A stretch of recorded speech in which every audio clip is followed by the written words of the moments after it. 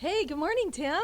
Good morning, Deanne. How are you? Oh, well, I'm a little cold. It is a bit chilly up here in the Swiss Alps. Yes, it is. But, the Bits and Bytes team, we'll go anywhere for a good story. Absolutely. We'll bring it to our co-workers at Monroe School District. Absolutely. And we have a good one for you guys today. We sure do. So, we have just learned that the school district has purchased a subscription to Adobe Creative Cloud. That is correct, yes. And that is for everyone in the district. That is for all, not everyone, it's for all staff members. Oh, perfect. I love that. All right. So, what brought this on? Why did we get this subscription?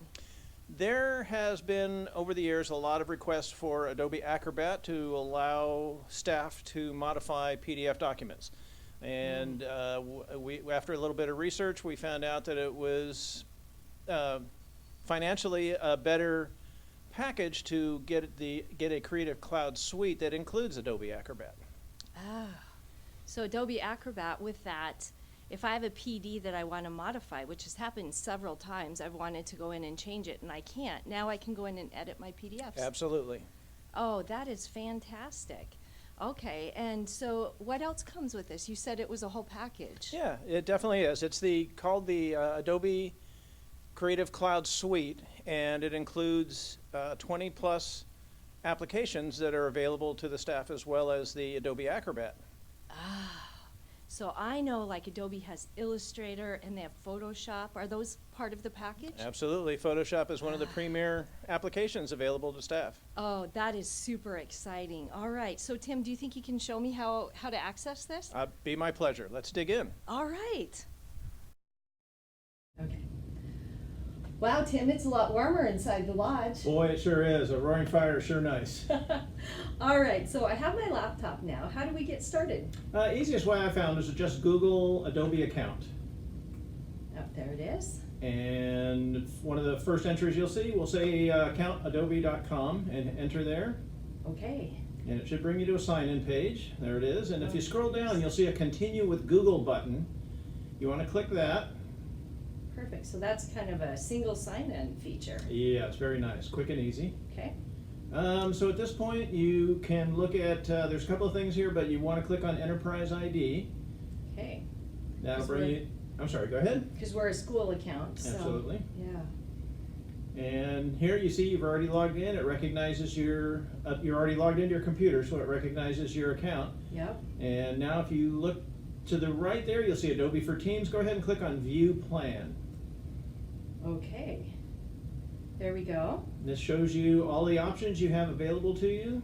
Oh, nice. And you can click, there's another section at the bottom, you can click and see more of the apps, but let's go on to the next step though. Let's go ahead and click the download button on the far right. Oh, perfect. Okay. This will actually be the download page that will allow you to select the applications that you want to use. Oh, wow, look at this. There's an awful lot here. So, all right, so there's Photoshop and Illustrator. Excellent. So these are all of the apps that we have access to. Absolutely. Okay.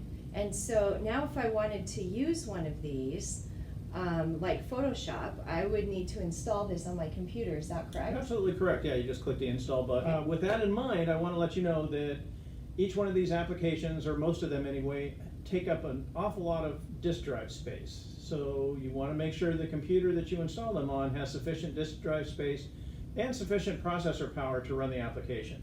Okay. Also, I'd like to point out that this is not an application, or most of these we don't want to be installing them on the panels in the district, in the school rooms. The panels have a limited amount of hard drive space and they've been in it for a while, so even more of the space has been taken up. So do not install any of these applications on the panel. The teacher computer, yes. Okay, so I clicked on install and I see this open, but I also know that to install an application on a district computer, I need to contact tech. Very good, that is correct, because it's going to require an admin login or an admin password to allow the installation of the software on a computer. Okay, so I'll put a tech ticket in then, because I'm really interested in Photoshop and of course Adobe Acrobat to be installed on my computer. And then if I'm installing this on my home computer, which this happens to be, I can go ahead and just continue this process, and then it's going to install this on my computer. Yes, that's another perk of this whole plan, is that you can install this at home and use it at home.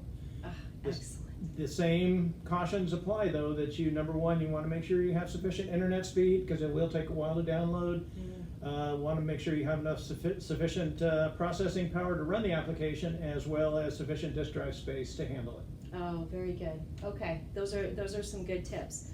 Now, another thing I wanted that there is a website design app on here, Dreamweaver. Yes. And in the Monroe School District, I know that it's policy that we use Google Sites for anything that we do district-wide that's Correct. website.